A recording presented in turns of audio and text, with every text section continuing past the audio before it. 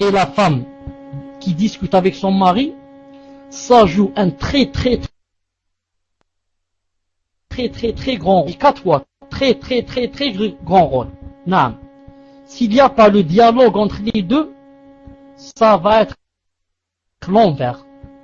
Et c'est dans le couple, il n'y a pas de dialogue. Il n'y a pas de dialogue. Ça ne fait rien. Tu n'as pas le din. Tu ne peux pas parler de hadith. Tu n'as pas la science nécessaire. Ça ne fait rien.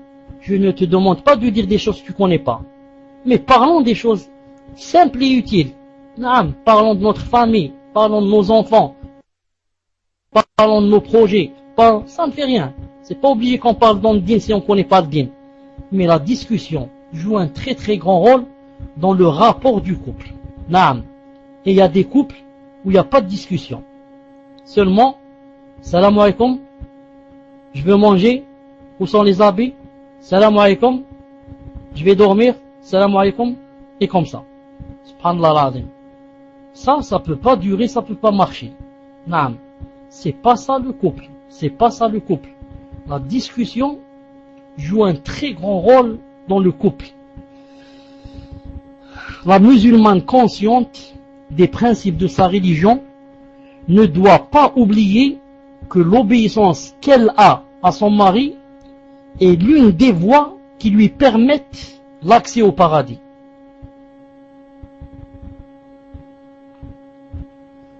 Le messager d'Allah sallallahu alayhi wa sallam a dit: si une femme accomplit les 5 prières obligatoires, jeûne le mois de Ramadan, obéit à son époux, préserve son organe génital du péché, ne fait pas la zina, on lui dira dans l'autre monde: entre au paradis par la porte de ton choix.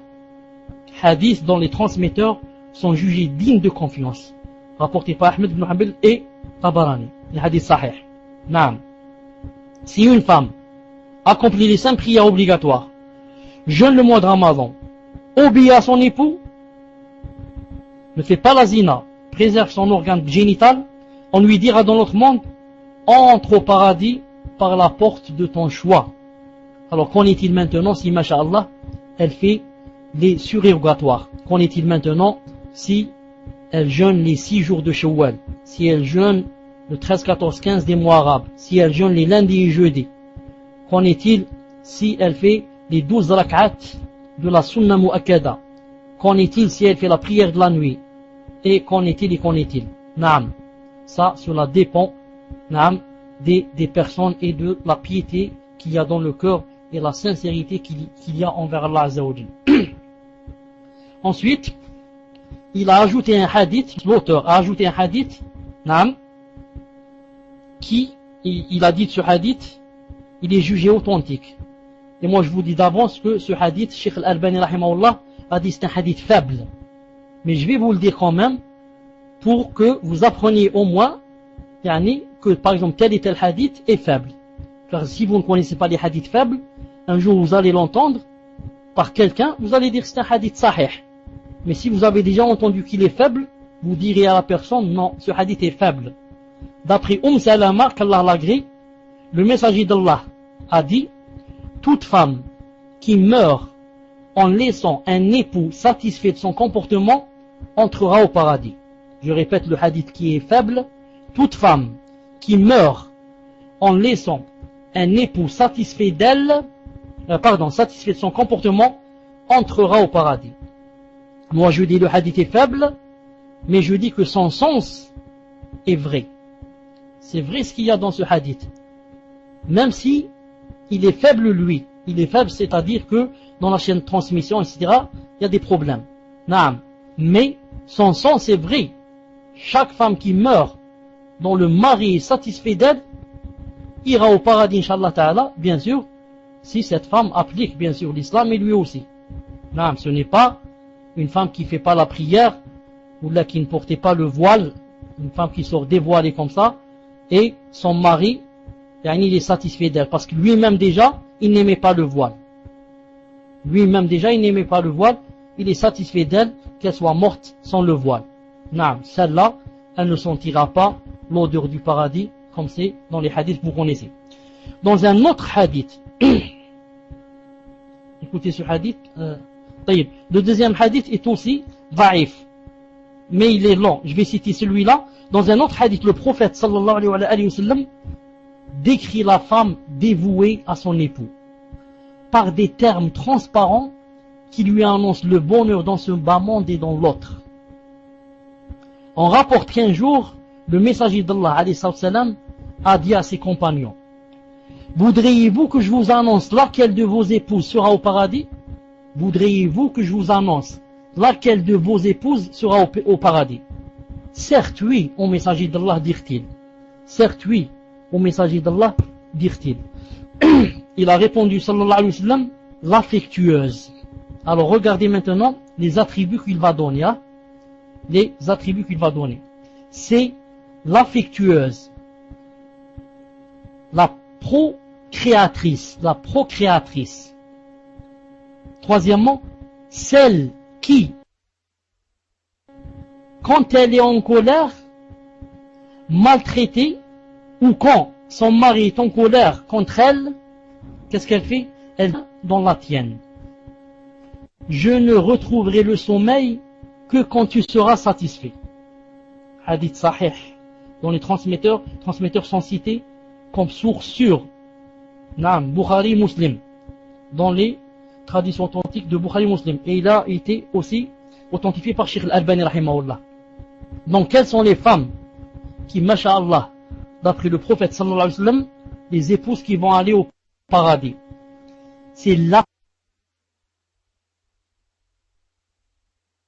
l'affectueuse.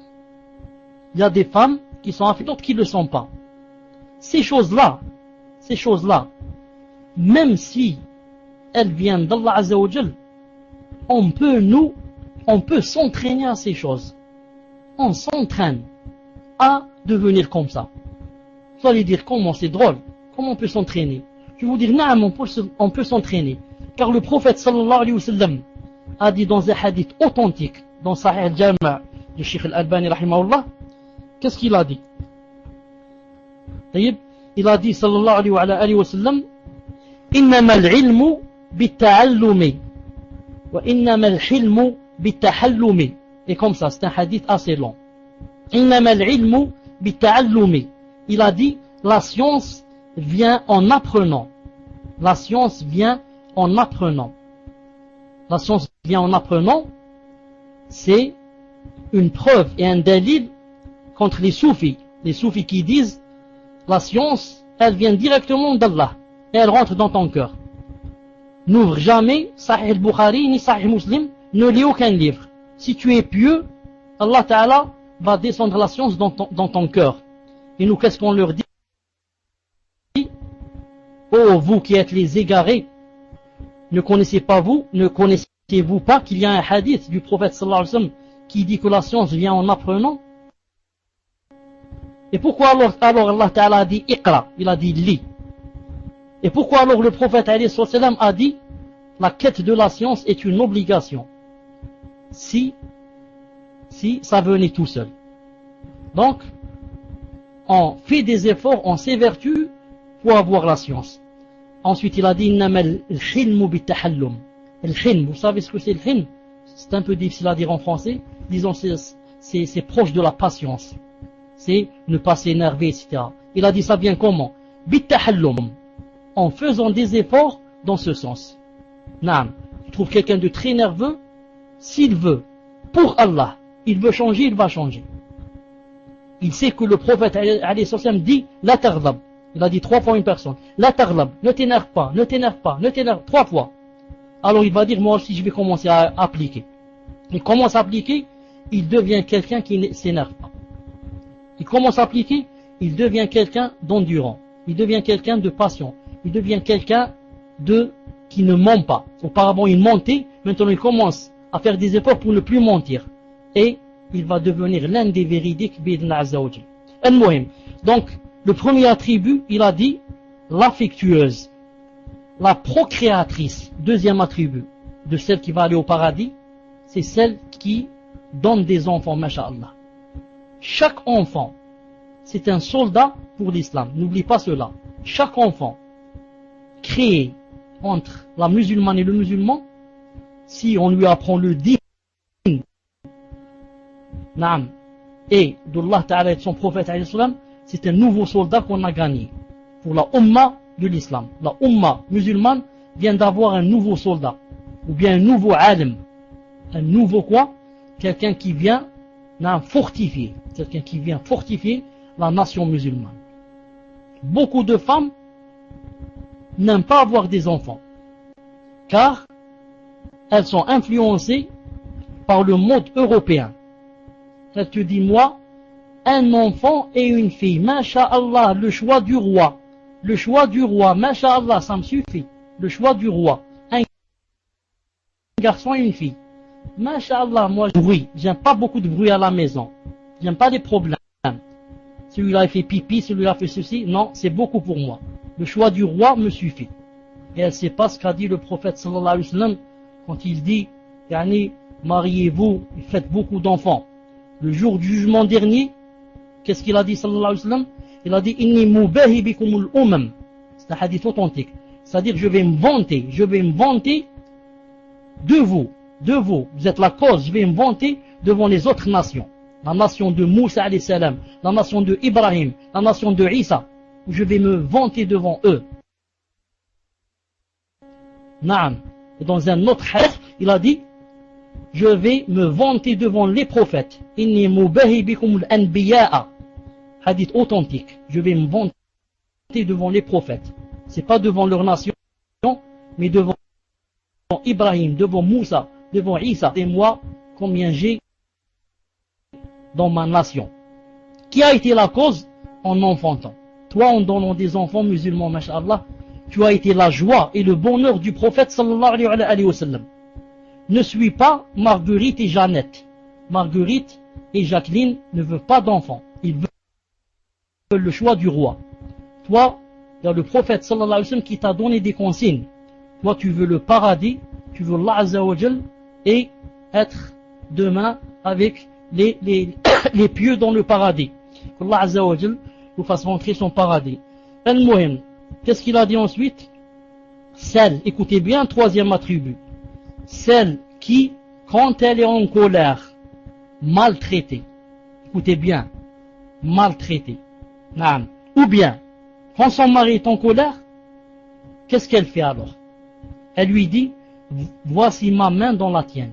Elle va vers lui, elle met sa main dans sa main, et lui dit encore, elle ne se suffit pas de ce geste.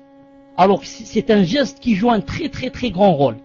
Mais elle ne se suffit pas de ce geste et ajoute, je ne retrouverai le sommeil que quand tu seras satisfait.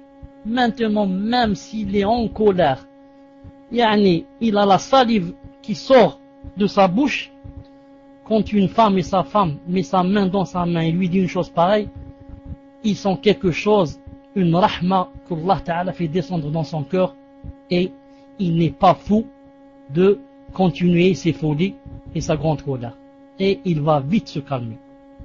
Ça, c'est quelque chose d'Allah Azza wa Jal qui la met dans le cœur parce que tu as quoi? Parce que tu as appliqué le hadith du prophète sallallahu alayhi wa sallam. Vous avez remarqué, hein? Il a dit, elle est en colère. Pourquoi? Maltraitée. Peut-être même qu'il l'a frappée. Alors qu'en islam, on ne frappe pas les femmes. Mais, même si elle arrive à être frappée, quand je dis on ne frappe pas, c'est vraiment rare quand on frappe, c'est très très restreint. C'est pour ça que c'est comme si on ne frappait pas. Et le prophète alayhi salam a dit ne frappez pas les femmes. Même quand elle est maltraitée, qu'est-ce qu'elle fait? Ou bien lui il est en colère, qu'est-ce qu'elle fait? Elle commence pas par penser au khula et au divorce. Elle commence pas par penser au khula et au divorce.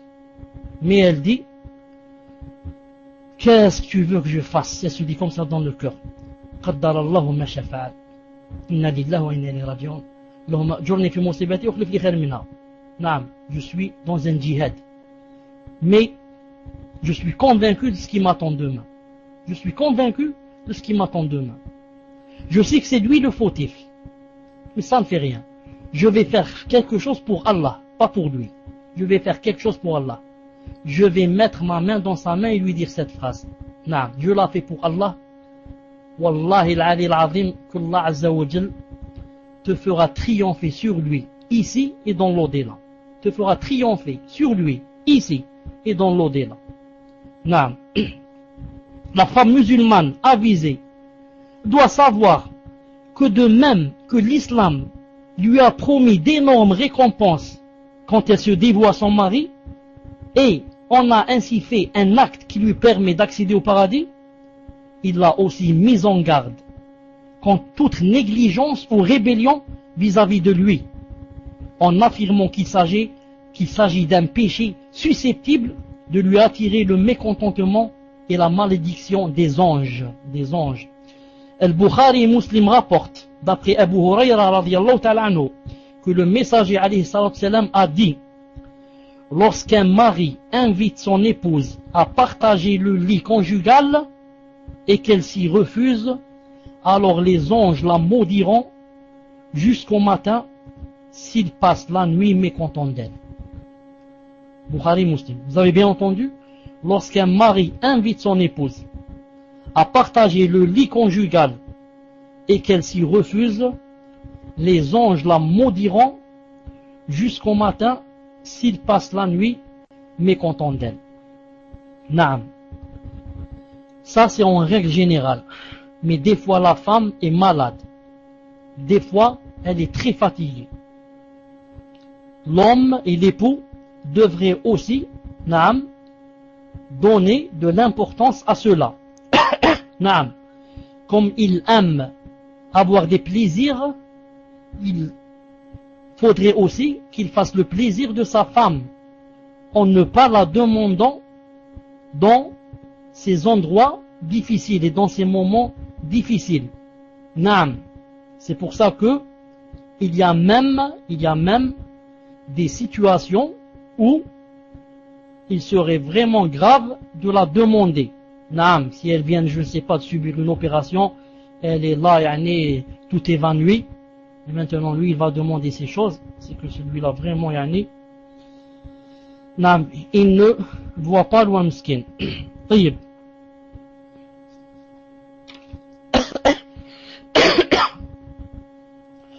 J'ouvre une petite remarque pour dire que, comme a dit Cheikh Ibn Uthaymin rahimahullah, et comme disent aussi les savants, que ce que donne la femme à son mari, c'est bien sûr une adoration, mais c'est aussi en contrepartie des dépenses. Naam. C'est pour cela que, si jamais un homme ne veut pas dépenser pour sa femme, ne pas lui acheter le manger, ne pas lui acheter ses habits nécessaires, naam, elle peut se refuser à lui, comme a dit les savants, à condition que, pourquoi pas cette chose, c'est en contrepartie des dépenses. Naam, il faudrait que lui aussi dépense pour elle, sauf si il ne peut pas, il n'a pas trouvé de travail, ou on l'a licencié. Mais s'il peut, et il dit aujourd'hui, naam, j'achète pas le manger à ma femme, naam, qu'elle reste comme ça, et qu'elle mange ou elle mange pas, je m'en fous. Ce soir-là, si elle veut, ou ce jour-là, elle peut se refuser à lui s'il la demande. Car cette chose, c'est en contrepartie des dépenses. C'est pour ça que, si la femme, par exemple, quitte le foyer et va par exemple passer la nuit chez sa mère, elle a fait 2 péchés. Le premier, de ne pas lui avoir demandé la permission, et le second, disons le second, c'est pas un péché. Elle a fait un péché et elle a perdu une chose. Le péché, c'est pour ne pas avoir demandé la permission, et ce qu'elle a perdu, c'est le jour où elle a passé la nuit chez sa mère, il n'est pas obligé pour lui de dépenser pour elle. Car pour dépenser pour elle, elle doit être à la maison. Comme ça, s'il la demande, elle est prête. Naam. Mais, si elle lui demande la permission d'aller passer la nuit quelque part, et qu'il accepte, il lui dit, tu peux aller passer la nuit là où tu as dit, chez ta tante par exemple. Dans ce cas, elle a gagné que elle n'a pas commis un péché en quittant le foyer. Et elle a toujours perdu quoi? Elle a perdu qu'il n'y a pas de dépense pour elle. Il n'est pas obligé de dépenser tant qu'elle est chez sa mère, son père, ses parents, les voisins. Tant qu'elle n'est pas dans la maison, même si c'est lui qui lui a dit et permis de sortir, il n'est pas obligé de dépenser pour elle. Pourquoi? J'ai dit que les dépenses, c'était en contrepartie de ses plaisirs. Naam. Et ceux qui veulent lire cela, je peux leur donner le tome et la page où Cheikh Ibn Uthaymin a dit cela, mais seulement pas aujourd'hui, Inch'Allah Ta'ala. Naam. Un autre hadith dit que le prophète sallallahu alayhi wa sallam a juré et a dit: par celui qui détient mon âme en sa main, c'est-à-dire c'est Allah Ta'ala, aucun mari n'invite son épouse à partager le lit conjugal et qu'elle refuse sans que celui qui est au ciel soit en colère contre elle jusqu'à ce que son mari soit satisfait d'elle. Subhanallah al-Azim. Une femme qui se refuse à son mari sans raison, ni maladie, ni rien, ni quelque chose de grave, celui qui est au ciel sera en colère contre elle jusqu'à quoi? Jusqu'à ce qu'elle satisfasse son mari ou bien que son mari soit satisfait d'elle. Naam. Vous avez remarqué qu'il a dit celui qui est au ciel sera en colère contre elle. Qui est au ciel? C'est Allah subhanahu wa ta'ala. Les Habash et les Ash'arites et les autres disent qu'Allah ta'ala n'est pas au ciel, n'est pas au-dessus des cieux. Naam, ils connaissent Allah ta'ala mieux que le prophète alayhi salam. Le prophète alayhi salam qui dit celui qui est au ciel sera en colère contre toi, ils disent non, il ne connaît pas Allah. C'est nous qui le connaissons, il n'est pas au ciel. Il n'est pas au-dessus du trône. Même si Allah Ta'ala dit qu'il est au-dessus des cieux, ils disent non, il n'est pas au-dessus des cieux. Allah Ta'ala, en disant cela, il a voulu dire autre chose. Il a voulu dire autre chose. Allah Ta'ala, astaghfirullah et a'udhu billah de ce que je vais dire, nous a induit en erreur. Non, quand il a dit il était au-dessus des cieux, il ne parlait pas de lui, il parlait de sa rahma. C'est sa rahma, sa miséricorde qui est au-dessus du trône. Quant à lui, il est partout. À droite, à gauche, en bas, naam, partout. Dans la forêt, dans les cavernes, dans les cafés, dans les dancing, dans les toilettes, il est partout. A'udhu billahi min hadal qawl. A'udhu billah. A'udhu billah. Naam. Donc satisfaire le plaisir charnel dans un cadre sain et légal est l'un des objectifs pour lesquels l'islam a institué le mariage. Vous avez bien remarqué ce qu'il a dit? Satisfaire le plaisir charnel, comment? Dans un cadre sain et légal. Ce n'est pas dans le haram. Non, dans un cadre sain et légal. C'est pour ça que si l'époux demande la femme pour faire le haram et elle se refuse, alors les anges ne la maudiront pas. Et alors Allah ne sera pas en colère d'elle. Mieux encore, Allah Ta'ala sera ravi d'elle. Il dira voilà alors une épouse qui m'aime plus que son mari. Son mari a dit on fait cette chose, elle lui a dit on fait pas. Allah Ta'ala ne veut pas. Toi tu veux, Allah ne veut pas. Et moi, je suis obligé de choisir entre toi et Allah. J'ai choisi Allah, car c'est lui envers lequel je vais revenir. Et demain, quand il va me jeter en enfer, toi tu ne pourras rien. Tu ne pourras rien et tu ne feras rien. Ce n'est pas dans tes capacités. Naam. Alors il a dit, c'est pour cela que l'islam a institué le mariage. Il est par conséquent du devoir de la femme de satisfaire la volonté de son mari, de partager ce plaisir et de ne pas se dérober en avançant des prétextes futiles ou non fondés. Naam. Quand la femme, son mari l'appelle, il y a un hadith, peut-être qu'il va venir, naam, il va venir, où il dit que même si elle est sur une monture ou bien elle est en train de préparer le pain, elle s'arrête et va faire la chose avec lui et revient. Et elle ne trouve pas des excuses futiles. Et Allah Ta'ala sait si vraiment elle a des excuses ou pas. Car j'ai dit, il est possible qu'elle ait des excuses, qu'elle soit vraiment malade, il est possible. Mais Allah Ta'ala sait. Allah Ta'ala sait. Tu peux tromper ton mari et dire que je peux pas, etc. Mais Allah Ta'ala sait si tu peux ou tu peux pas. Naam. Le messager d'Allah a dit, sallallahu alayhi wa sallam, quand un homme appelle son épouse pour satisfaire son besoin charnel, qu'elle acquiesce, qu'elle dise oui, même si elle se trouve sur le dos d'une monture. Hadith sahih. Elle est sur le chameau, elle descend. Ensuite, elle revient sur son chameau. Il a dit aussi, sallallahu alayhi wa sallam, quand un homme appelle son épouse pour satisfaire son besoin charnel, qu'elle réponde, qu'elle dise oui, même si elle est en train de préparer du pain. Naam. Elle dit pas, je m'excuse, je suis en train de préparer les gâteaux. Je m'excuse, je suis avec les makroutes et les tcharak. Je m'excuse, demain c'est l'Aïd, je fais les tcharak. Je m'excuse, on laisse la prochaine fois. Elle arrête les tcharak. Elle va laver ses mains et elle va faire la chose obligatoire qui est un devoir pour elle. Naam, elle dit pas je suis en train de faire la pizza. La pizza attend. Moi j'attends pas. C'est la pizza, elle peut attendre. Naam, éteins le fourneau ou bien diminue-le. Après après tu reviens là-bas. La femme doit accorder une importance primordiale à la satisfaction du plaisir charnel de son époux, afin de le protéger contre toute séduction extra-conjugale, et afin de conserver la fidélité qu'il lui doit sur ce plan. Naam. L'objectif des principes de l'islam concernant le mariage est notamment d'assurer à l'homme comme à la femme une vie pure et équilibrée, loin de toute tentation malsaine et de tout penchant pour le péché.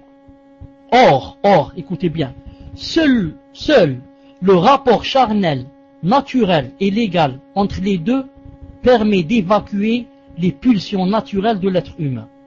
D'où la nécessité pour les deux conjoints d'être attentifs à leurs désirs mutuels. L'orientation que nous donne le prophète alayhi salam dans le hadith suivant va dans ce sens. Naam.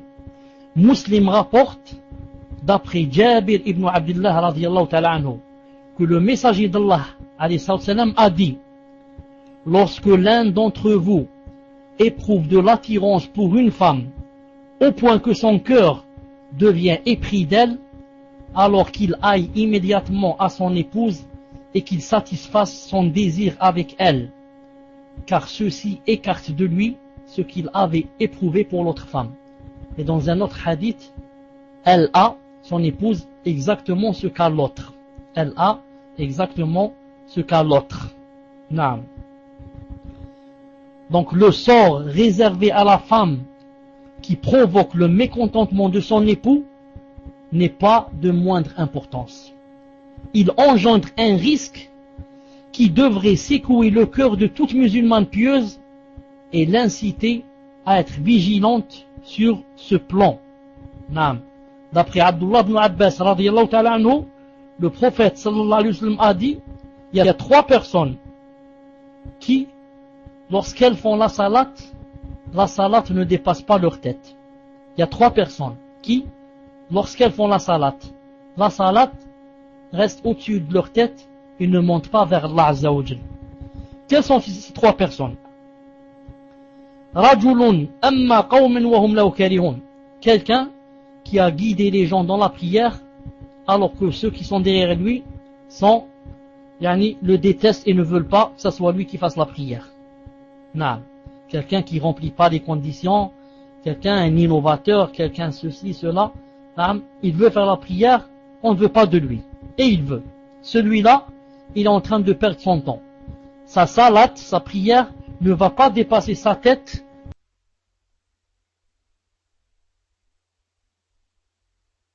d'un ompon. Elle restera un ompon sur sa tête.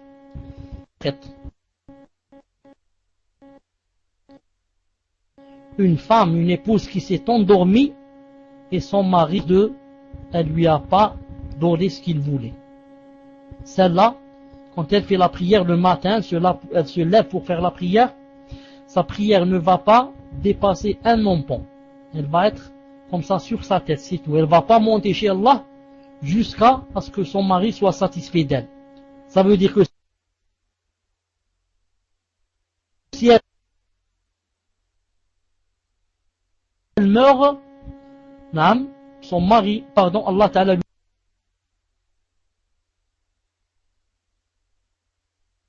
le matin, elle fait la prière et elle meurt.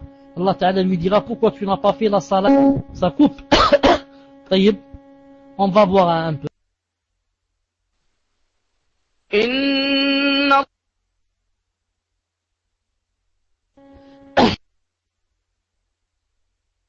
Salam alaikum. Salam alaikum wa rahmatullahi wa barakatuh. هل في صوت؟ طيب. Ibn al-Qayyim, peux-tu me rappeler où est-ce qu'on s'est arrêté? Je disais quoi exactement? La dernière chose que j'ai dite, c'était quoi? Le hadith d'Ibn Abbas, hein? طيب. Je vais chercher ce que disait ce hadith. Ah, naam. Naam. Donc, la femme qui ne satisfait pas son mari, sans excuse bien sûr, à part que les anges la maudissent, à part que Allah Ta'ala est en colère contre elle, il y a une troisième chose, c'est que sa salat ne dépasse pas sa tête. Naam, jusqu'à ce que son mari soit content d'elle. Donc le mécontentement visé dans ce hadith est uniquement celui suscité par un manquement de l'épouse à l'un de ses devoirs envers son époux. Dans l'autre cas de figure, quand l'époux manifeste son mécontentement à tort, des fois l'époux est en colère contre sa femme, mais à tort. L'homme, quand il est en colère contre sa femme, ça ne veut pas dire toujours qu'il a raison. Des fois il est en colère contre des choses dont la femme n'est pas fautive. Dans ce cas, la femme n'aura pas à se sentir coupable, car seul un mécontentement justifié la concerne. Ce qui me concerne, moi, Allah Ta'ala est en colère contre moi, il va me rentrer en enfer, si, je t'ai rendu mécontent, mais, c'est-à-dire, c'est moi la faute, c'est de ma faute. Mais si toi-même tu t'énerves, tu deviens mécontent et colérique et coléreux, sans que ça soit de ma faute, c'est ton caractère, etc., ça, je n'ai pas à me sentir coupable, car le mécontentement ici n'est pas justifié. En outre, si dans ce cas-là, même si le mécontentement n'est pas justifié, si dans ce cas-là, elle fait montre de patience et d'indulgence, Allah l'en récompensera. Toutefois, il est à rappeler que l'épouse doit manifester sa bienveillance et son obéissance à son époux, tant que ces demandes ne mènent pas au péché. On revient toujours à la condition de quoi? Que pourvu que ce qu'il me demande n'est pas un péché. Pourvu que ce qu'il me demande n'est pas un péché. Demande-moi tout ce qui est permis, j'essaierai de le faire au maximum. Tu me demandes un seul péché, je ne le fais pas. Voilà la différence. Demande-moi ce que tu veux, des choses légales, je les ferai, Inch'Allah Ta'ala, si je peux, si j'ai la capacité. Mais tu me demandes de faire un seul péché, je ne le ferai pas, Inch'Allah Ta'ala. Car aucune obéissance n'est permise quand elle engendre la désobéissance à Allah. Aucune obéissance n'est permise quand elle engendre la désobéissance à Allah Azza wa Jal. Le dévouement de la femme à son époux consiste aussi à ne pas jeûner en dehors du mois de Ramadan, sauf avec son consentement. Aucune femme ne jeûne en dehors du mois de Ramadan, sauf avec le consentement du mari. Et sauf bien sûr si quoi? Sauf si elle va rattraper des jours obligatoires. Les jours de menstru par exemple du Ramadan passé et comme ça. Mais elle veut faire le jeûne du jeudi, lundi, ou bien Ashura, ou bien Arafat, tout ça, elle ne peut jamais le faire sans le consentement du mari. Sauf si le mari est loin, il ne vit pas avec elle. Naam, elle est en France, il vit en Algérie. Naam, celui-là, c'est pas la peine de lui demander si elle doit le faire ou pas. Naam, sauf bien sûr si elle sait que tel jour va venir, tel jour il va venir. Jeudi prochain il va venir. Donc ce jeudi-là, elle ne doit pas faire le jeûne, sauf si elle lui demande la permission. Aussi, ce qu'elle doit savoir, c'est que elle ne doit permettre à personne d'accéder à sa maison, sauf avec le consentement aussi du mari. Et ne pas dépenser son argent sans son consentement. Si toutefois elle dépense l'argent de son époux sans son autorisation, elle n'aura que la moitié de la récompense due à cet acte. Le messager d'Allah sallallahu alayhi wa sallam a dit, il n'est pas permis à la femme dont le mari est présent de jeûner, à moins qu'il ne l'y autorise. Il a dit aussi, elle ne doit autoriser quelqu'un à entrer dans la demeure de son mari que lorsque celui-ci lui permet de le faire. Il a dit aussi, si elle dépense une partie de ses biens, c'est-à-dire les biens de son mari, sans qu'il lui suggère, sans sa permission, il aura la moitié de la récompense. Il aura lui la moitié et elle la moitié. Dans une version de Muslim, il est dit que la femme ne jeûne en présence de son époux que lorsqu'il l'y autorise, qu'elle ne permette à quelqu'un d'entrer dans sa demeure qu'avec le consentement de son mari. Et si elle dépense des biens acquis par son mari, sans qu'il lui suggère, il aura la moitié de la récompense procurée par cet acte. Taïb. Une chose ici, une seconde. Taïb. Concernant l'usage sans la permission de l'argent de l'époux en son absence, l'essentiel est de savoir que sa femme n'en a pas le droit si elle sait qu'il s'y opposerait s'il était présent. Si elle sait que, puisque mon mari est absent, et je sais que s'il était présent, il m'aurait pas permis de donner un sou, alors je n'ai plus le droit de donner. Car je sais que s'il était présent, il n'aurait pas accepté. Donc pourquoi je vais profiter de son absence pour donner, sachant que s'il était présent, il n'aurait pas accepté. Non. Même si elle en fait l'aumône, son œuvre sera considérée comme un péché et non une bonne action qui mérite la récompense d'Allah. Non. Donc, je vais vous résumer une chose. En ce qui concerne la femme qui veut faire l'aumône de l'argent, ou bien c'est son argent, ou bien c'est l'argent de son mari. Non. Si c'est l'argent de son mari, elle doit savoir qu'il accepte. Elle doit demander la permission. Et savoir qu'il accepte si elle donne.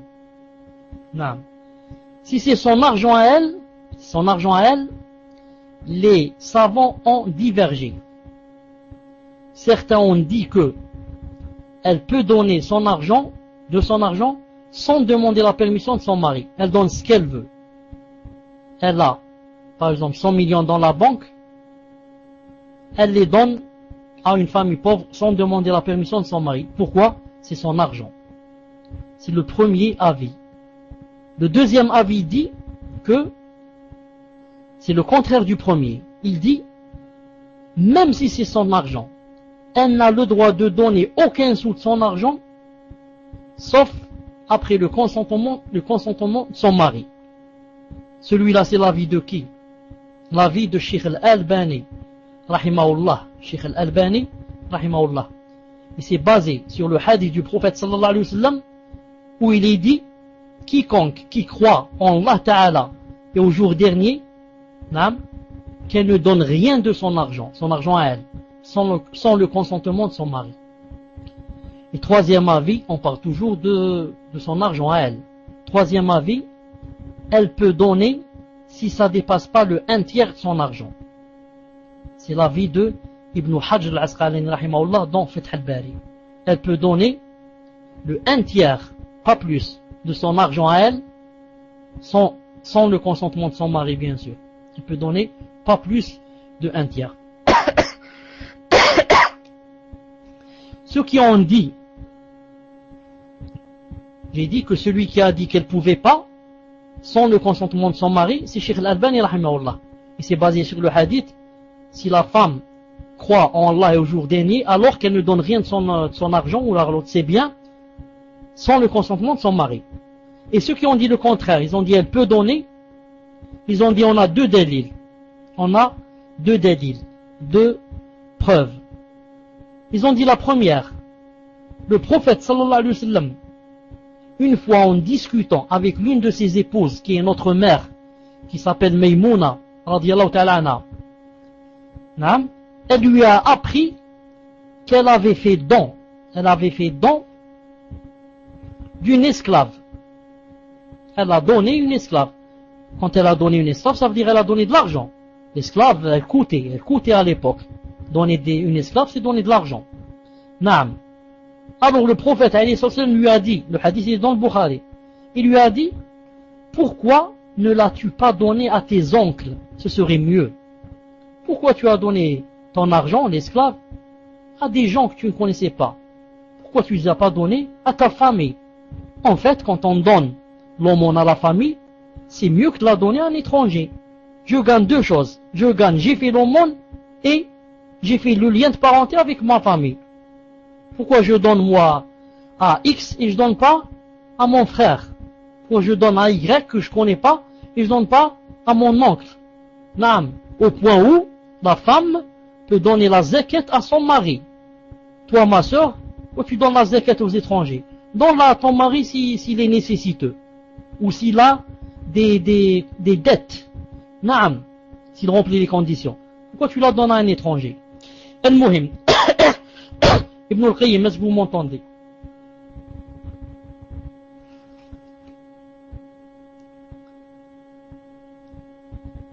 Je ne sais même pas si je suis connecté. Taïb, vous êtes là, alhamdulillah. Alhamdulillah. Donc qu'est-ce qu'ils ont dit?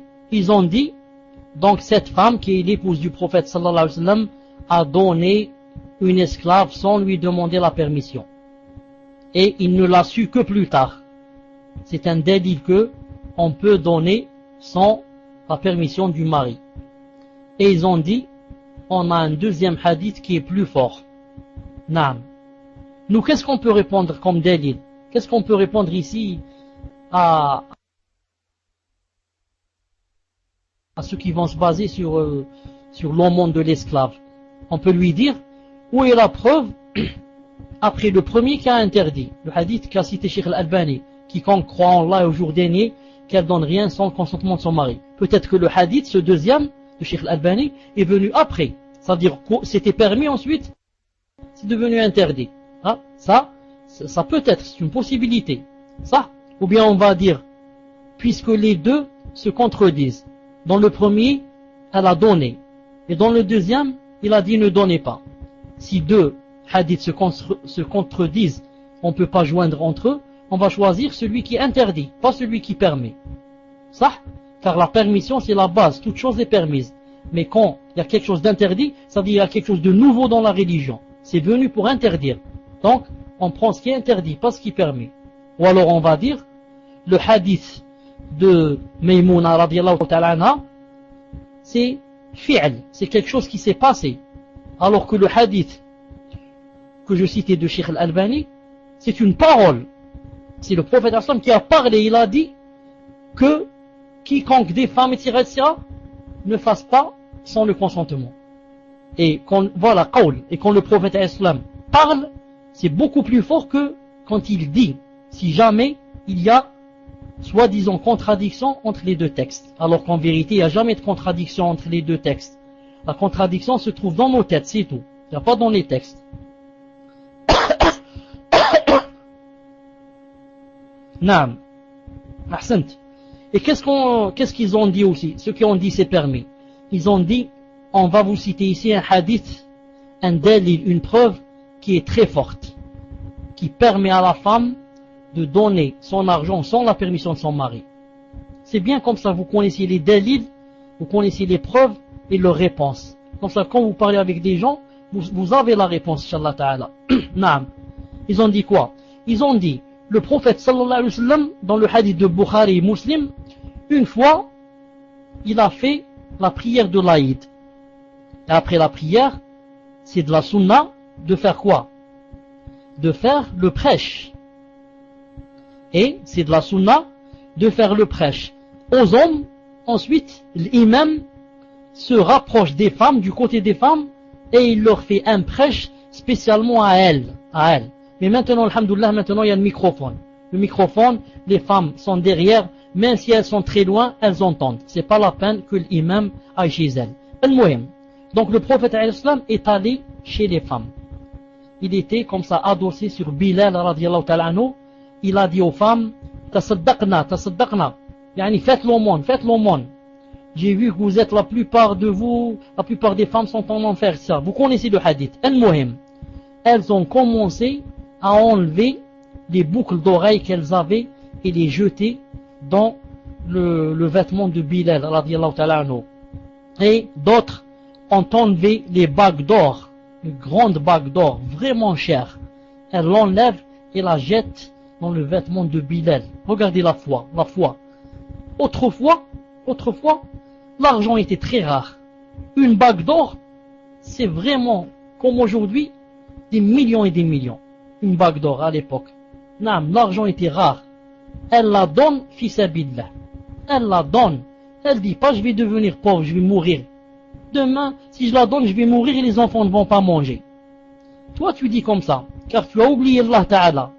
Tu as oublié Allah Ta'ala qui a dit dans le Coran, وَمَا أَنْفَقْتُم مِّن شَيْءٍ فَهُوَ يُخْلِفُهُ. Et tout ce que vous faites comme aumône, c'est moi qui ukhlifu, c'est moi qui le rends, si je puis dire. Naam. Il a dit, toi tu donnes, moi je te rends. C'est Allah Ta'ala qui a dit dans le Coran. Il a dit, toi tu donnes, et moi je te rends. Je te rends, naam. Et combien qu'il rend Allah Ta'ala? Il ne rend pas 1 euro par euro. Tu donnes 1 euro, il te donne au moins 10. Il peut t'en donner des millions. Al-Muhim. Alors ceux-là, qu'est-ce qu'ils ont dit? Ils ont dit, Alhamdulillah. Ces femmes, qu'est-ce qu'elles ont fait? Elles ont donné leurs bijoux sans demander l'autorisation de leur mari. Est-ce qu'elles ont dit au prophète, attends une seconde, on va téléphoner avec le portable. Le portable, je vais téléphoner à mon mari pour lui dire est-ce que je fais l'aumône, car c'est interdit de donner l'argent sans consentement du mari. Non, elles ont donné. Ils ont dit, alhamdoulilah, on a un délit que la femme peut donner directement sans demander au mari. Et nous, qu'est-ce qu'on dit? Ici, ce n'est pas un délit, ce n'est pas une preuve. Pourquoi? Parce que c'est une particularité. Car le prophète sallallahu alayhi wa sallam, quand il demande une chose, on ne peut pas la lui refuser. Le prophète, Allah Ta'ala dit dans le Coran, le prend tous, mieux que quiconque de nous. Naam, il est dévancé, il nous dévance tous. Si le prophète alayhi salam me demande de l'argent, il me dit donne-moi un dinar, et mon père me dit donne-moi un dinar, je donne au prophète, je donne pas à mon père. Je donne au prophète, je donne pas à mon fils. Je donne au prophète, je donne pas à ma femme. Naam. Aoula, Allah Ta'ala a dit Aoula. Aoula, ça veut dire il n'y a pas avant lui. C'est lui le premier. Donc qu'est-ce qu'on dit ici? On dit, le prophète quand il dit une chose, on doit quoi? C'est lui qui légifère. Subhanallah, c'est lui qui légifère. La sharia, Allah Ta'ala l'a fait descendre dans son cœur. Et c'est lui qui nous dit ce qu'il faut faire et ce qu'il ne faut pas faire. Donc, quand elles ont donné, c'était spécialement pour lui. Parce qu'il a dit donner. Et si on lui refuse, on va faire un péché. Mais si un autre nous dit de donner, on dit non. Attendez que je demande à mon mari. Attendez que je demande à mon mari s'il accepte que je donne. Donc voilà en général ce que disent les savants sur la femme qui donne de l'argent sans demander au mari. Moi je dis en général mon avis, je ne suis pas un savant. Je vous donne seulement mon avis. Regarde, ton mari, c'est quel genre c'est? Si c'est le genre qui naam, il te donne un consentement général. Un consentement général, il te dit, écoute, quand tu veux donner, ne me demande pas. C'est en général comme ça. Ça, ce n'est plus la peine de lui demander.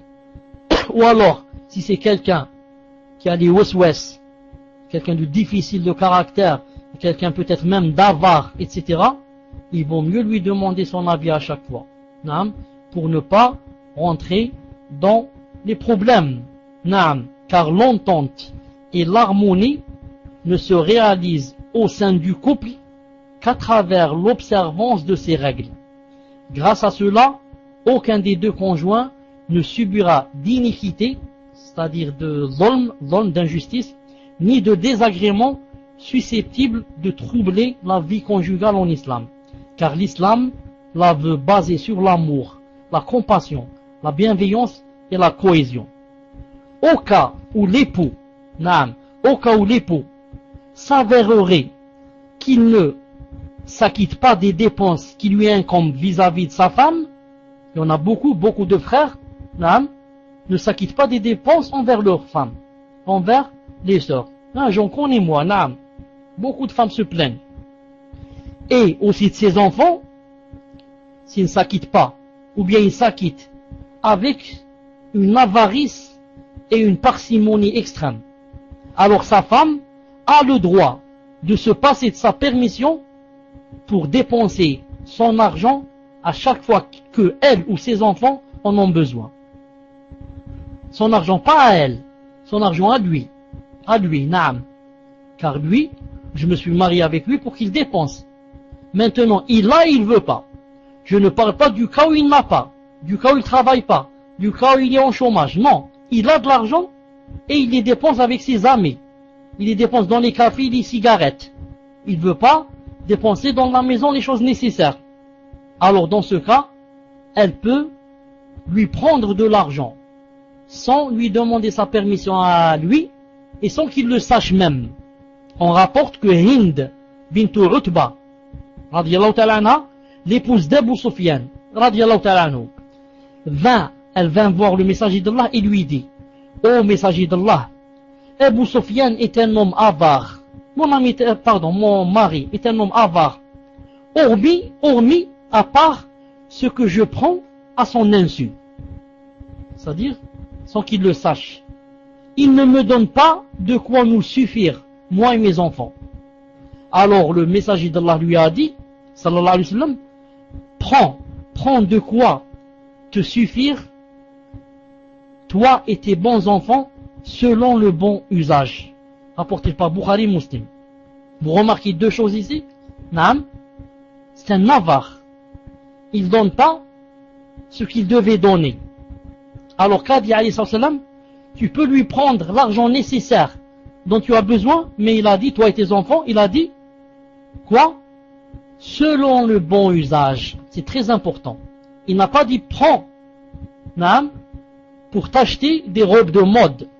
Naam, et t'acheter les dernières modes de souliers. C'est pas comme ça qu'il t'a dit, non. Il t'a dit seulement, maintenant, si tu risques de marcher pieds nus, il ne veut pas t'acheter des souliers, et que tes souliers sont tous déchirés, là tu peux plus marcher avec, alors tu lui prends de quoi acheter des souliers, yani, dans la chose yani, normale. C'est pas les souliers qui coûtent je sais pas combien. Naam, les souliers que ne mettent que X et Y. Non, des souliers juste pour ne pas marcher pieds nus. J'achète des souliers, Inch'Allah Ta'ala, assez solides, naam, mais de prix moyen. C'est pas, puisque c'est permis, alors que puisque c'est permis, alors je vais exagérer. Et je vais profiter, dépasser les limites. Tout ça, c'est un péché. Tout ça, c'est un péché. Allah Ta'ala t'a permis de prendre, dans ce cas et cette situation, comme étant une permission très réduite, très réduite. Tu ne prends que dans le besoin, et seulement pour le bon usage. Non. Remarquez autre chose. Qu'est-ce qu'elle a dit au prophète sallallahu alayhi wa sallam? Elle lui a dit, mon mari est un avare. Donc, on peut citer quelqu'un de quelque chose qu'il n'aime pas, et ça ne rentre pas dans la riba. Comment on dit la riba en français? C'est pas la calomnie, c'est... Attendez, le riba. Comment on dit la riba en français? Vous connaissez? Une seconde. La médisance, Inch'Allah ta'ala, la médisance. Elle a dit quoi? Encore, c'est son mari. Elle a dit, mon mari est avare. Non, c'est pas riba. Donc, c'est pas riba. Riba. Elle a dit, elle a dit, mon mari est avare et elle n'a pas fait de péché. Car si elle avait fait un péché, le prophète alayhi salam lui aurait dit, crains Allah, ne dis pas comme ça sur ton mari. Car on ne peut pas dire une chose qui est interdite devant le prophète alayhi salam sans qu'il la corrige.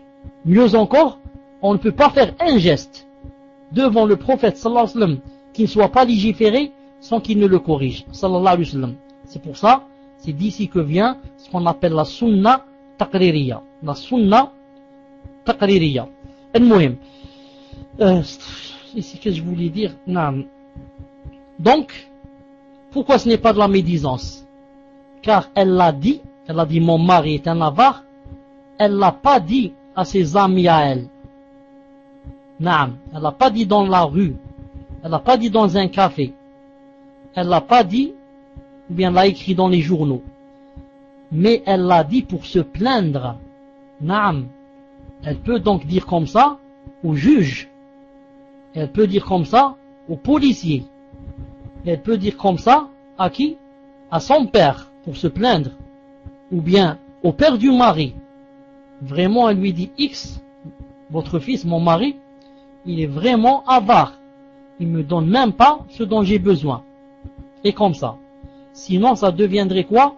De la médisance.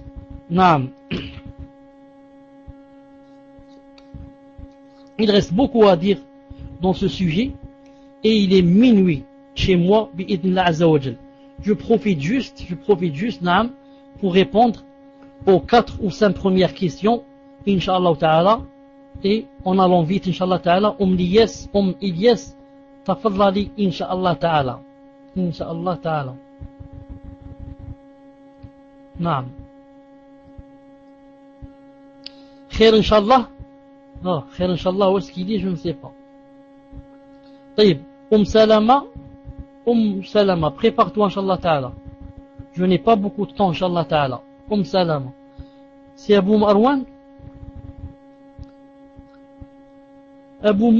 Salama, pose ta question si elle est prête.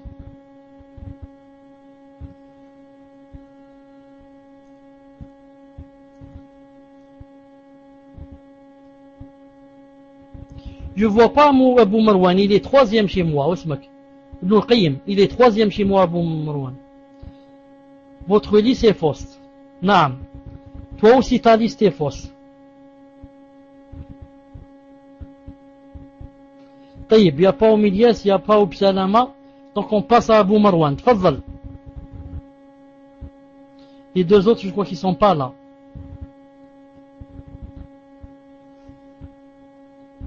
Abu Marwan, prends le micro, Inch'Allah. Bismillah, assalamu alaikum wa rahmatullahi wa barakatuhu. Est-ce que vous m'entendez, Inch'Allah? Écrivez numéro 1, Cheikh.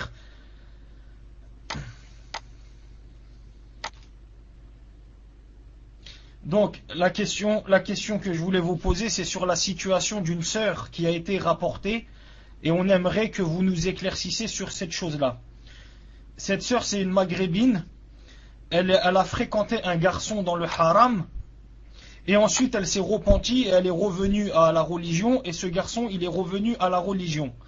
Elle voulait se marier avec lui, elle s'est proposée en mariage à ses parents, elle a proposé de se marier avec lui, mais le père de cette sœur il a dit je refuse parce que cette personne c'est un noir, c'est quelqu'un qui est de couleur de peau, c'est un noir. Alors la sœur elle n'était pas contente, elle est partie faire ses recherches toute seule et elle a trouvé des fatwas de savants qui disent que quand le père il n'est plus le wali, ça devient le grand-père, quand c'est pas le grand-père, ça devient le frère, etc. Et nous on a expliqué à cette sœur que c'est vrai, ça existe cette chose-là, mais que le fait que ton père n'est plus le wali, c'est pas automatique. Elle a dit, puisque mon père il refuse que je me marie avec cet homme-là pour une raison qui n'est pas valable, parce que c'est du racisme, et qu'en islam le racisme n'est pas une raison valable, alors automatiquement mon père c'est plus mon wali. Nous, on lui a expliqué tranquillement et gentiment plusieurs fois que non, c'est pas automatique comme ça. Il faut vérifier des choses, il faut parler avec ton père, s'il n'est pas dans l'ignorance, s'il n'est pas dans la mauvaise compréhension, s'il n'est pas dans l'oubli, s'il n'est pas dans l'erreur, s'il n'est pas dans l'ambiguïté. Mais tu n'as pas le droit de dire que ton père n'est plus ton wali comme ça, automatique. Sauf si ton père c'est un mécréant, ou qu'il devient mécréant. Alors la sœur, nous on lui a donné un conseil, on lui a dit appelle un savant, appelle un savant, appelle un savant. Elle nous disait non, moi j'ai pas besoin d'appeler un savant, j'ai des fatwas devant moi, j'ai la vérité devant moi, tous les imams à qui j'ai demandé de me marier ils veulent pas, 90% des imams ils suivent pas l'islam, ils font n'importe quoi et tout, je comprends pas, c'est moi qui ai la vérité, mais aucun imam il veut me marier. On lui a dit téléphone à un savant, téléphone à un savant, téléphone à un savant. Au bout d'un moment, elle a téléphoné à un savant. Elle a appelé en Arabie Saoudite un savant qui s'appelle Cheikh Salah al-Cheikh.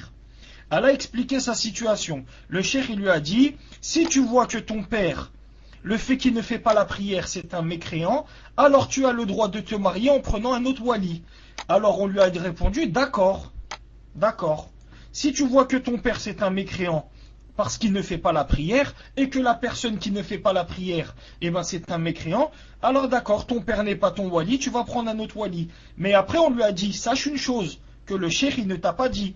Si ton père il est mécréant, ça veut dire que quand ton père il va mourir, tu n'hérites pas de lui, tu n'auras pas d'argent de son héritage. On ne fait pas la prière mortuaire sur lui. On ne le met pas dans un linceul. On ne fait pas salat janaza. On ne l'enterre pas dans un cimetière de musulmans. On ne fait pas des doigts pour lui. Et si tu meurs avant ton père il n'hérite pas de ton argent et tu ne dis pas salam alaikum à ton père. Et si ton père il te dit salam alaikum, tu ne lui réponds pas salam parce que c'est un mécréant. Et le mari avec qui tu te maries, s'il arrête la prière, ton mariage il est annulé. Et si toi tu arrêtes la prière, votre mariage il est annulé. En un mot, là, on a déjà donné toute la réponse.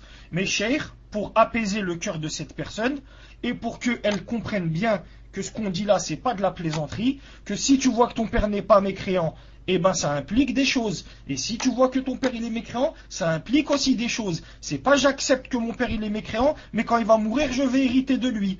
Donc, barakallahu fikum cheikh, est-ce que vous pouvez confirmer ce que je viens de dire, et est-ce que vous pouvez donner une nasiha à cette sœur, parce que là elle est en train de foncer tête baissée. Barakallahu fikum, assalamu alaikum wa rahmatullah wa barakatuhu. Wa alaikum salam wa rahmatullah wa barakatuhu. Et merci pour cette question qui ressemble un peu à un petit das. En fait c'est un petit das celui-là. La sœur elle est là, Abou Marwan. La sœur elle est là? Non, tu vois, subhanallah, elle n'est pas là. Encore elle n'est pas là. Chauffe, deux mots, c'est tout, deux mots. Naam. La réponse, c'est comme a dit Salah al-Sheikh, et c'est comme tu as dit toi, donc je confirme, naam, c'est comme vous lui avez dit, Inch'Allah Ta'ala, et il n'y a rien de nouveau, bi'idn azawajal. C'est exactement comme ils lui ont dit, et comme vous lui avez dit, bi'idnillahi azawajal. Naam. Surtout qu'elle n'est pas là. طيب, on passe à Mohamed Ali. Tfadal. Naam, elle n'hérite pas s'il est kafir. Si elle dit il est kafir, elle n'hérite pas. Elle ne joint pas entre les contradictoires. D'un côté il est kafir, ensuite elle va hériter. S'il est kafir, elle n'hérite pas, et il ne sera pas enterré avec les musulmans, on ne le lave pas, on ne fait pas la prière sur lui. Naam, on ne joue pas avec l'islam, on choisit. Ou bien c'est cette chose, ou bien c'est l'autre. Naam, jazakallahu khairan. Mohamed, es-tu là, Inch'Allah Ta'ala?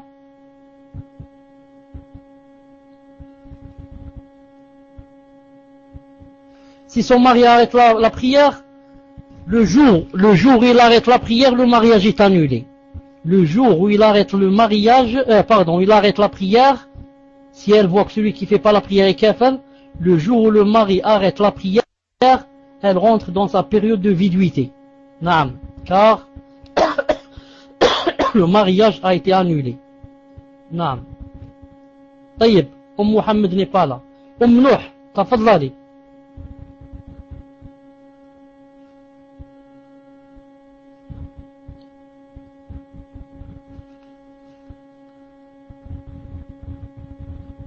طيب أنس كات Anas 4. Si tu es là, Anas 4, écris numéro 1. Anas 4. As-tu une question, Inch'Allah? Naam, as-tu une question? Si tu es un frère, tu veux le micro, Inch'Allah? Si tu es un frère, tu veux le micro?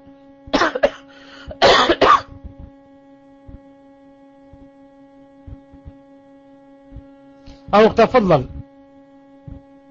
تفضل.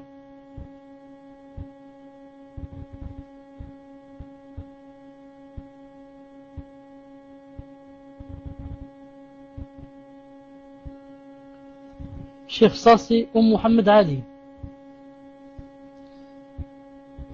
J'ai pas compris Ibn al-Qayyim. J'ai pas compris. C'est Anas qui a écrit un et qui a écrit non.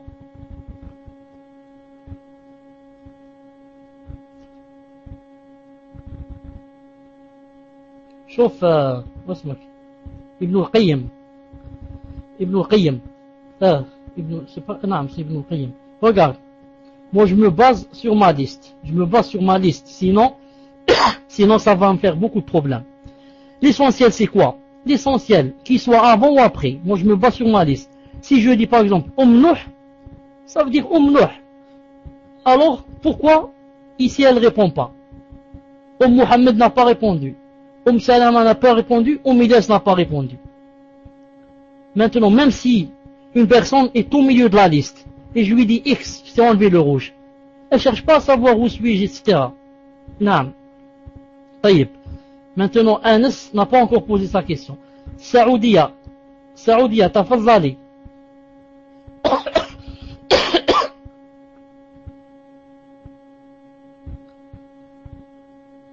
Lis, Inch'Allah, la question, Ibn al-Qayyim, tafadhali.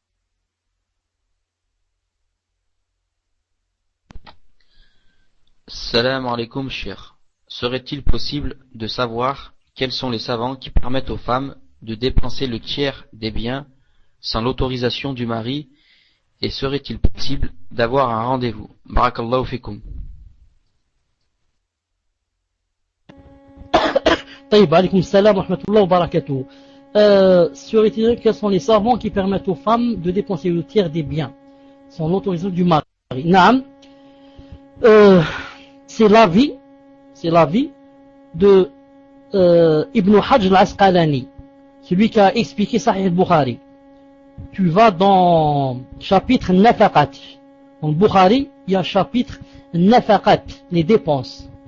Naam. Il a dit là-bas qu'il y avait des savants qui permettaient le 1 tiers. Naam. Je ne me rappelle pas exactement quels sont ces savants. Naam. J'ai le résumé de Bukhari ici devant moi. Naam. Mais je ne sais pas si je vais le trouver comme ça très vite. Une seconde. Talaq, nikah, nafaqat. Naam. Une seconde, Inch'Allah ta'ala.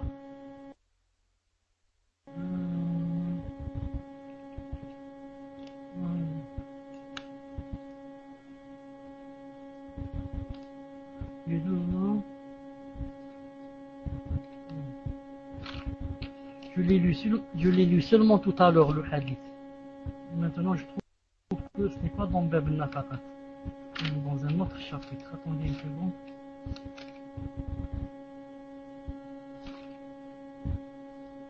Une seconde.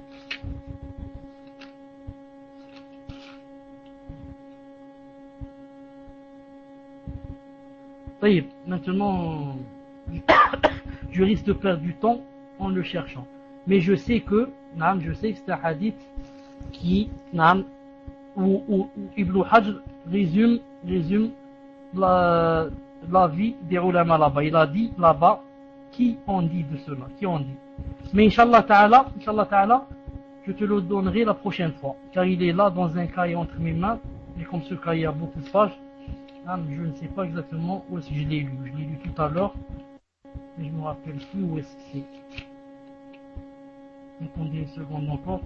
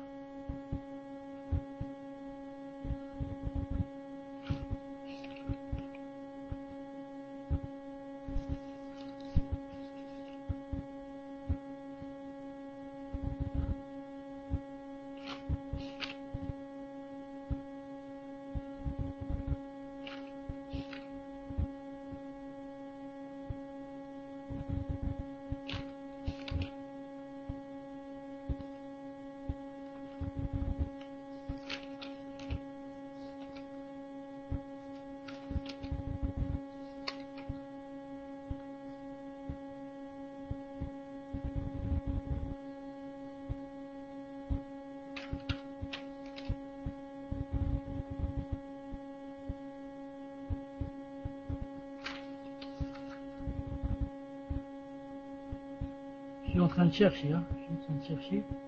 Oui, si je l'ai lu.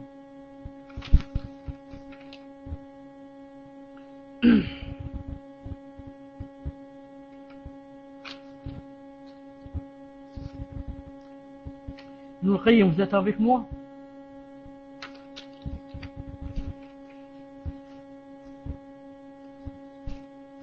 Alhamdulillah.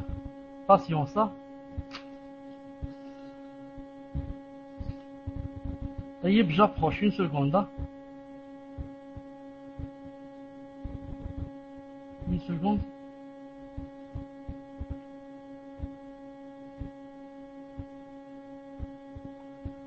Hadith Maimouna.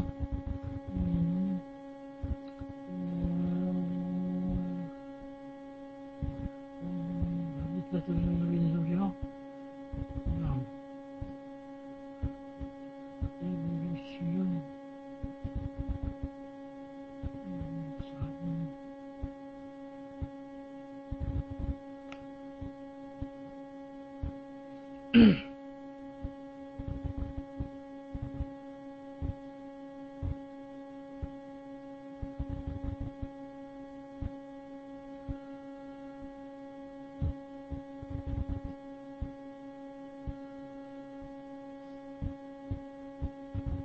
طيب, je dis à la sœur, Fath al-Bari, le livre Fath al-Bari, tome 5, page, une seconde, non, page 219, tome 5, page 219. Il a dit, استدل بالجموع جواز تصرف المرأة في المنام من غير استئذان الزوج. Il a dit que la femme, non, dans cette page, il dit que la femme peut dépenser son argent, non, et il a dit c'est l'avis du Jumhur, c'est-à-dire la plupart des ulama, que la plupart des ulama, ils ont dit qu'il lui est permis de dépenser, son argent, et sont basés sur le hadith de la femme du prophète sallallahu alayhi wa sallam qui a donné son esclave, Il reste seulement le 1/3. Quand il a parlé du 1/3, il faudrait que je cherche aussi, mais je peux pas, Inch'Allah Ta'ala, on laisse, Inch'Allah Ta'ala, la prochaine fois. D'ailleurs, tu vas trouver dans la page où je viens de citer, tu reviens un peu en arrière et tu vas à partir de, par exemple, page 215 jusqu'à 220, Inch'Allah, tu vas trouver sur la Bidna Azzawajal. Quant au rendez-vous, Inch'Allah Ta'ala, maintenant je n'ai pas le téléphone. Quand je vais l'avoir, Inch'Allah Ta'ala, je vous donnerai comment me contacter, Inch'Allah Ta'ala. Pour l'instant, je n'ai pas de téléphone, bi'idhnillah azza wa jal. طيب, مسلمين تفضلي.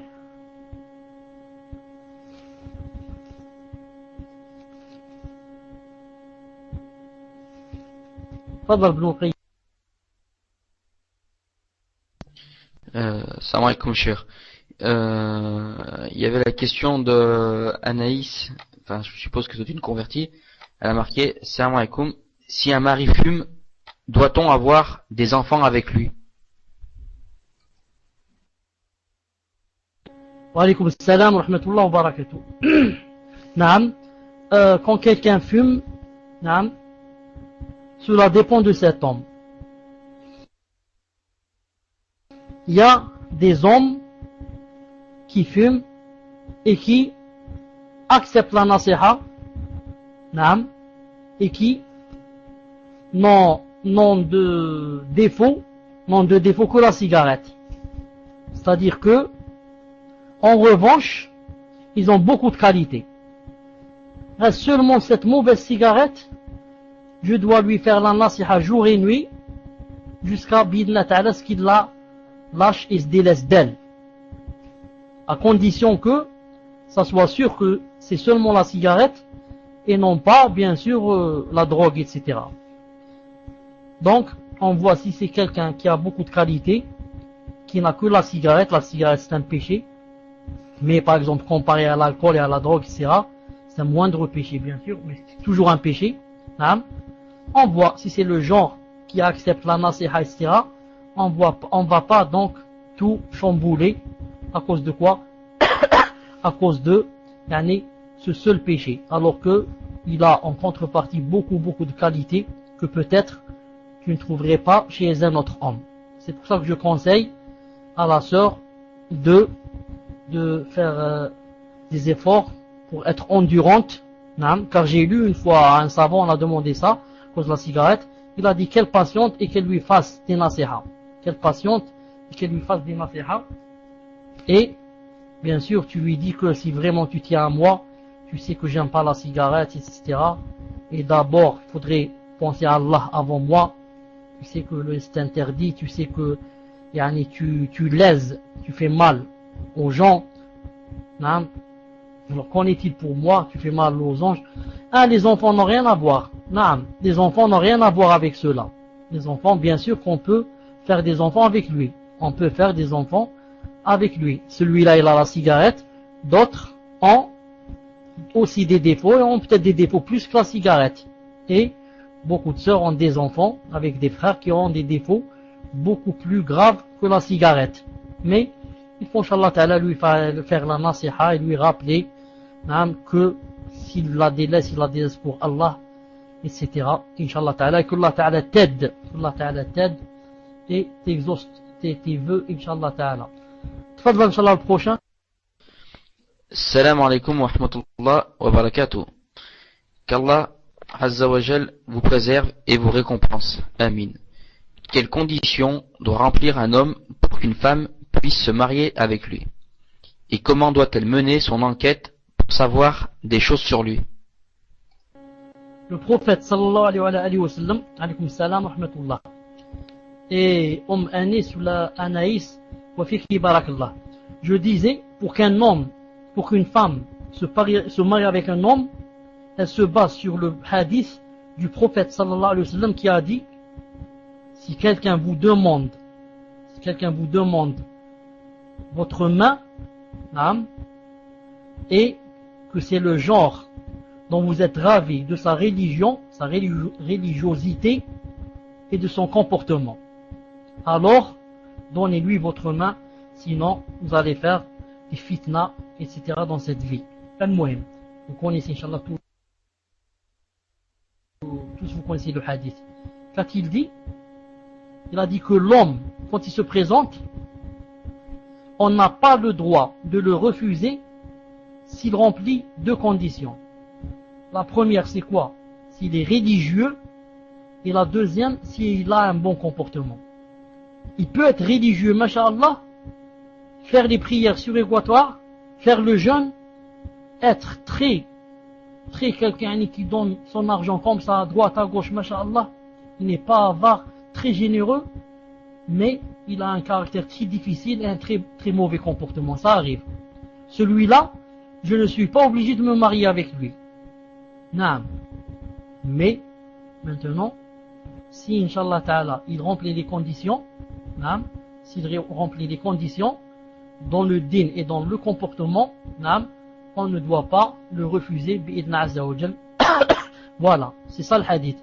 S'il se présente à vous, celui qui vous a plu par sa moralité religieuse et sa vertu, mariez-le. Si vous ne le faites pas, il y aura du trouble sur la terre et un horrible ravage. Hadith assez bon, Tirmidhi et d'autres.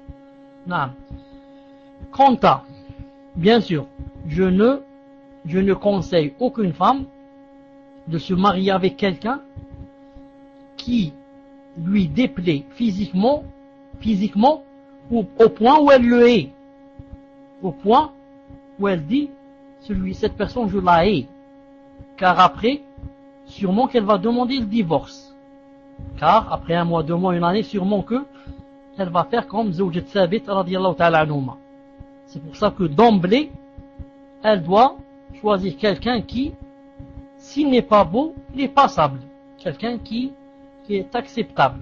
Ce n'est pas quelqu'un qui après elle va dire je l'ai fait forcer, je l'ai fait à cause de l'islam, je l'ai fait à cause de cela, et elle va lui faire passer l'enfer. Il va vivre avec elle l'enfer.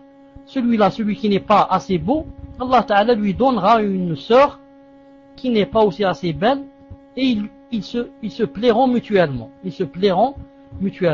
Ou peut-être Allah Ta'ala lui enverra une personne qui est même belle et qui, Allah Ta'ala fera descendre dans son cœur à elle la quiétude et la sérénité, et elle acceptera de lui. Pour l'enquête,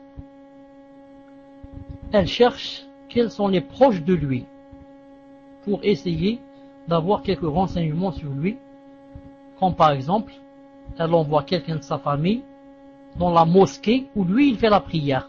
C'est là-bas qu'on peut savoir ce qu'il fait.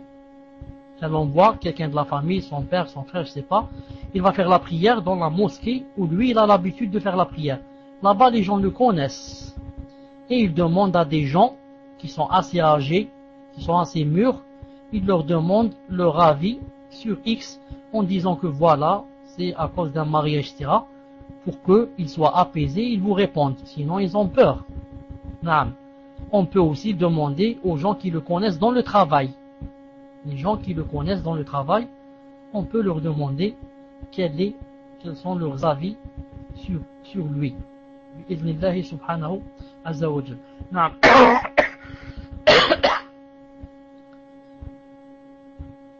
Mais s'il n'a pas de papier, il ne porte pas le qamis et se rase la barbe. S'il n'en a pas de papier, je ne sais pas ce que ça veut dire il n'a pas de papier et pourquoi il n'a pas de papier. S'il n'a pas de papier, qu'est-ce que ça veut dire il n'a pas de papier? C'est quoi il n'a pas de papier? Les papiers, la carte d'identité ou c'est quoi les papiers? J'attends la réponse. Ah, il vit en France en situation irrégulière. Vous qui êtes en France, vous connaissez mieux que moi, quels sont les problèmes auxquels risque de s'exposer quelqu'un qui est en situation irrégulière. Si vous savez que en vous mariant avec lui, vous allez vous aussi avoir des problèmes et que vous risquez de ne pas pouvoir inscrire vos enfants par exemple à l'école ou ne pas les inscrire sur le livret de famille ou je ne sais pas quoi, ou ils pourront pas avoir leurs papiers, etc. Il vaut mieux s'en éloigner. Mais s'il n'y a, Inch'Allah Ta'ala, aucun problème, je ne vois pas alors pourquoi ne pas l'accepter. S'il n'y a aucun problème et aucun mal à se marier avec lui, je ne vois pas pourquoi ne pas l'accepter. Reste, c'est la peur qu'il veut se marier pour ça. C'est la peur qu'il veuille se marier pour ça. C'est pour ça on doit bien faire l'enquête. Si je trouve que quelqu'un veut se marier seulement avec les papiers, d'abord, je n'accepte pas. Et ensuite, quant à lui, son mariage, il est nul. Celui qui se marie pour les papiers, son mariage est nul. Car il ne s'est pas marié pour l'islam. Il ne s'est pas marié parce que Allah Ta'ala nous a demandé de nous marier, ni le prophète alayhi salam. Il s'est marié seulement pour faire les papiers. Et en ce qui concerne le qamis et se rase la barbe, on doit voir est-ce que c'est quelqu'un qui n'a pas la barbe mais qui a l'intention de la laisser pousser. Et la barbe bien sûr est beaucoup plus importante que le qamis, car la barbe est obligatoire et le qamis c'est seulement une sunna. Donc on va voir est-ce qu'il a l'intention de laisser pousser la barbe. Et alors on va aller doucement avec lui, Inch'Allah Ta'ala, on va lui demander de la laisser pousser maintenant avant le mariage pour prouver qu'il est sincère. Ou bien c'est quelqu'un qui déteste la barbe, il déteste les salafiyyin, comme ils disent eux, ceci, cela. Est-ce que le mariage civil est obligatoire en islam? Le mariage civil. Le mariage, il y a deux sortes de mariage. Il y a le civil et il y a l'autre. Comment vous appelez l'autre? Celui qui n'est pas civil, comment vous l'appelez? Comment vous appelez le mariage où il y a religieux? Il y a le mariage religieux. Si quelqu'un fait le mariage civil en présence du tuteur, le tuteur, et les deux témoins qui remplissent des conditions, alors s'il veut, il ne fait même pas le religieux. Parce que, en faisant le civil, j'ai fait le religieux. Le religieux c'est quoi? C'est le tuteur et les deux témoins. Alhamdoulilah, ils sont là. Donc, ici, j'ai fait en même temps le religieux. Mais quand je fais seulement le religieux, chez Allah Ta'ala, j'ai fait mon mariage. Mais, il manque quelque chose. Il manque quoi? Il manque que, je risque d'avoir beaucoup de problèmes, car je n'ai pas de preuve que je suis marié officiellement. Et alors, il risque de se passer des conflits graves même. Graves. Surtout, s'il va vite divorcer, etc. Il n'y a aucune preuve que je suis marié avec lui. Et Allah Ta'ala aime qu'on fasse les papiers. Naam. Allah Ta'ala aime qu'on fasse les papiers seulement pour un peu d'argent. Si je te donne 100 euros, je te prête 100 euros, Allah Ta'ala aime que je fasse venir 2 témoins et qu'on écrive ça. Alors qu'en est-il? Je vais prendre une femme, subhanallah, je vais la prendre de chez ses parents et je vais faire avec elle des choses intimes. Allah Ta'ala aimerait alors que ça soit écrit. À l'époque, bien sûr, on n'avait besoin que du religieux. Les gens étaient pieux, il n'y avait pas ces conflits, il n'y avait rien. C'était pas grave. Maintenant, il y a des conflits, il y a des menteurs, il y a des escrocs, il y a toutes sortes d'hommes. C'est pour cela que il vaudrait mieux ajouter celui du civil. Certains ont même dit c'est obligatoire. J'ai lu certains hommes de science qui ont dit que c'est obligatoire de passer dans la mairie. Même dans un pays de mécréants, l'essentiel c'est quoi? C'est le tuteur et les 2 témoins et les papiers qui prouvent que je suis marié. Les papiers qui prouvent que je suis marié. Même dans un pays de mécréants, il faut faire ces papiers. Il faut faire ces papiers quand on se marie, car tu n'as pas d'autre solution. Sinon tu restes sans papier qui prouve que tu es marié. Et ça risque d'engendrer vraiment des problèmes et des conflits même et des problèmes graves comme j'ai dit. C'est pour ça que il y a une risala, il y a un livre spécialement où il y a toutes les preuves que quand quelqu'un se marie, il doit faire l'acte civil. Il doit faire le contrat civil.